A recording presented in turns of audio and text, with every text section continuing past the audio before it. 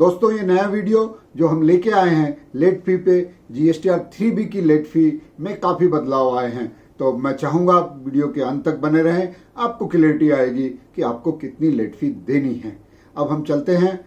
सबसे पहले आपको बधाई देना चाहूंगा कि जीएसटी को 3 साल हमारे देश में पूरे हो गए हैं। जीएसटी 1 जुलाई 2017 को आया था और 1 जुलाई 2020 को हमने जीएसटी का तीसरा जन्मदिन मनाया। अपने टॉपिक पे आते हैं। हमारे टॉपिक को हमने डिवाइड किया है 2 भागों में। पहला जुलाई 2017 से लेके जनवरी 2020 तक की रिटर्न एंड दूसरा फरवरी 2020 से लेके जुलाई 2020 तक की रिटर्न के लिए। तो पहला टॉपिक हम स्टार्ट करते हैं जुलाई 2017 से लेके जनवरी 2020 तक की रिटर्न के लिए। ये रिटर्न अगर आपकी नील होती है, आपकी टैक्स लायबिलिटी रिटर्न में नील होती है, या एग्जैक्ट वर्ड की हम बात करें जो नोटिफिकेशन में लिखा है टोटल टैक्स पेबल इज नील, तो आपको लेट फी नहीं लगेगी। और अगर ये टैक्स लायबिलिटी नील नहीं होती है, उसमें कुछ टैक्स पेबल होता है, तो आपको लेट फी लगेगी 500 रुपये पर रिटर्न की। ये किस पीरियड की हम बात कर रहे हैं फिर से रिमाइंड कराऊंगा, जुलाई 2017 से लेके जनवरी 2020 तक के लिए। ये अमेंडमेंट आया नोटिफिकेशन नंबर 52/2020 जो कि 24 जून 2020 को इशू किया गया था। ये अमेंड करता है नोटिफिकेशन नंबर 76/2018 को डेटेड 31 दिसंबर 2018। तो मैं आपको फिर से याद दिलाना चाहूंगा कि ये जो नोटिफिकेशन है 52 जो बदलाव करता है उसमें फर्दर कोई अमेंडमेंट नहीं है, फर्दर कोई चेंज नहीं है। सिर्फ सावधानी ये रखनी है कि रिटर्न 1 जुलाई 2020 से फाइल की गई है और 30 सितंबर 2020 तक फाइल कर गई। कुछ लोगों ने इस पीरियड की रिटर्न 1 जुलाई 2020 के पहले फाइल कर दी थी। उनको जो लेट फी लगी है उसका सरकार ने रिफंड के बारे में कुछ नहीं कहा है, न ही उसकी कोई चर्चा हो रही है। लेकिन ये उनके साथ एक अनजस्टिस हो रहा है कि जो आदमी कंप्लाई कर रहा था, लॉ को लेट फी पे कर रहा था, उसे अधिक लेट फी वहन करनी पड़ रही है। तो सरकार इसे रिफंड करने की सोचती है, तो ये अच्छा कदम होगा। अब हम चलते हैं second part of our discussion. Second part हमारा डिस्कशन का जो है वो फरवरी 2020 से लेके जुलाई 2020 की रिटर्न के लिए है। और मैं बताना चाहूंगा इस पीरियड की रिटर्न को भी हम 2 भाग में डिवाइड करेंगे। पहली वो रिटर्न्स जो 5 करोड़ से अधिक टर्नओवर वाले एसएससीज की है और दूसरी जिनकी 5 करोड़ के तक वाले एसएससीज की है। तो सबसे पहले 5 करोड़ से अधिक टर्नओवर वाले एसएससीज के लिए जो लेट फी में वेबर फर्स्ट टाइम सरकार ने किया था नोटिफिकेशन 32/2020 ऑन 3 अप्रैल 2020, वो कहा था कि अगर ये रिटर्न फरवरी, मार्च और अप्रैल की 24 जून तक जमा करते हैं तो उन्हें लेट फी नहीं लगेगी, लेकिन 25 जून से लेट फी लगेगी और लेट फी का कैलकुलेशन वो करेंगे ओरिजिनल ड्यू डेट से। Second part of discussion 5 crore तक के एसएससीज के लिए, जिन्हें हम 2 भाग में डिवाइड करते हैं, state A SSC and state B SSC. State A SSC के लिए ड्यू डेट है फरवरी की 30 जून, मार्च की 3 जुलाई, अप्रैल की 6 जुलाई, मई की 12 सितंबर, जून की 23 सितंबर एंड जुलाई की 27 सितंबर। सरकार ने कहा कि ये डेट तक अगर आप रिटर्न फाइल करते हैं तो आपको लेट फी नहीं लगेगी, इसके बाद लेट फी लगेगी। ये कहा गया था नोटिफिकेशन नंबर 52/2020 से। मैं आपको बताना चाहूंगा पहले ये रिलैक्सेशन दी गई थी नोटिफिकेशन नंबर 32/2020 से, फिर 52/2020 से इसे चेंज किया गया क्योंकि जो ड्यू डेट सरकार ने अप्रैल मंथ में 3 अप्रैल को अनाउंस की थी उसमें सरकार ने कुछ बदलाव किए।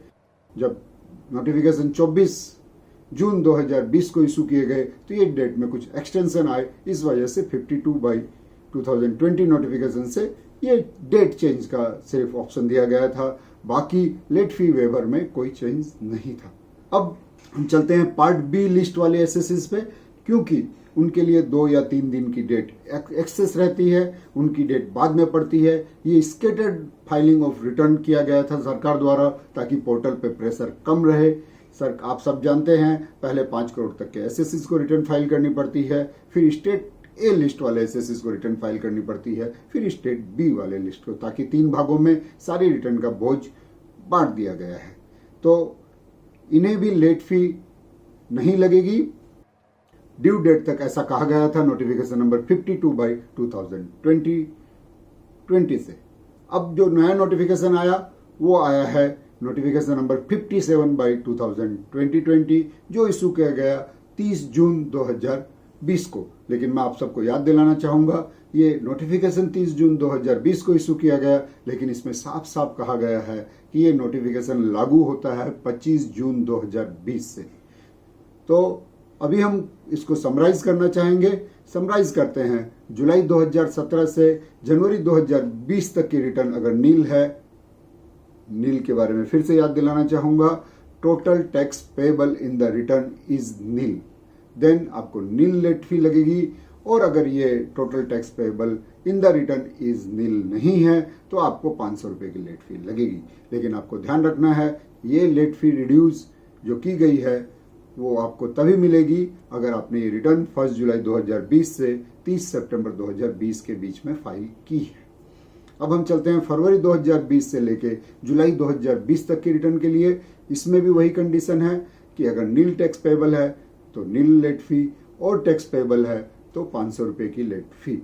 किंतु यहाँ थोड़ा सा बदलाव है, ये रिटर्न अगर आप 25 जून 2020 से लेके 30 सितंबर 2020 के बीच में फाइल करते हैं तो आपको ये रिड्यूस लेट फी का बेनिफिट मिलेगा। लेकिन क्योंकि ये नोटिफिकेशन 30 जून 2020 को ही इशू किया गया, तो कुछ लोगों ने 25 जून 2020 से लेके 30 जून 2020 के बीच में जो रिटर्न फाइल कर दी थी उन्होंने लेट फी पे कर दी है। तो उनको ध्यान में रखते हुए जीएसटीएन ने अपने पोर्टल पे अनाउंस किया है कि वो उन लोगों को ये लेट फी जो जिन्होंने पे की है उन्हें रिक्रेडिट कर देगी, ये पैसा उन्हें वापस दे दिया जाएगा। लेकिन मैं आपको फिर से याद दिलाना चाहूँगा इसमें वही लोग कवर हो रहे हैं जिन्होंने 25 जून 2020 से लेके 30 जून 2020 के बीच में रिटर्न फाइल की है और लेट फी का पेमेंट किया है। आपके बाद में भी अगर कोई किसी ने रिटर्न फाइल की है और लेट फी लगी है वो भी आपको रिफंड मिलेगी।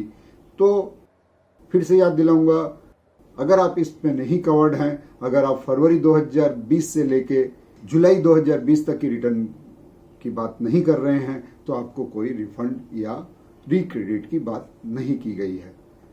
अब हम चलते हैं, एक छोटा सा बदलाव और आया है नोटिफिकेशन नंबर 58/2020 से। नोटिफिकेशन नंबर 58/2020 कहता है कि आप नील रिटर्न एसएमएस के थ्रू फाइल कर सकते हैं। मैं बताना चाहूँगा आप सबको एसएमएस के थ्रू जो नील रिटर्न फाइल होती है उसकी वजह यह है कि पोर्टल पे प्रेशर कम किया जाए और एसईसी को सुविधा मिले।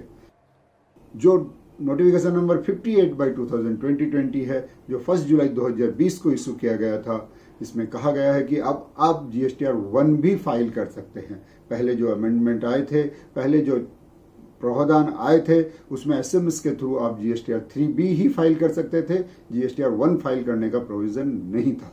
किंतु अब ये रूल 67A अमेंड कर दिया गया है और अब आप एसएमएस के थ्रू ये रिटर्न फाइल कर सकते हैं। इनके सारी डिटेल प्रोसीडिंग जीएसटीएन पोर्टल पे उपलब्ध है। अगर आपको ये रिटर्न फाइल करनी है तो एक बार वो वीडियो जरूर देख लें। धन्यवाद वीडियो में बने रहने के लिए। आप सब्सक्राइब कर सकते हैं, आप लाइक कर सकते हैं और फिर मिलूंगा आपसे अगले सप्ताह। तब तक के लिए धन्यवाद।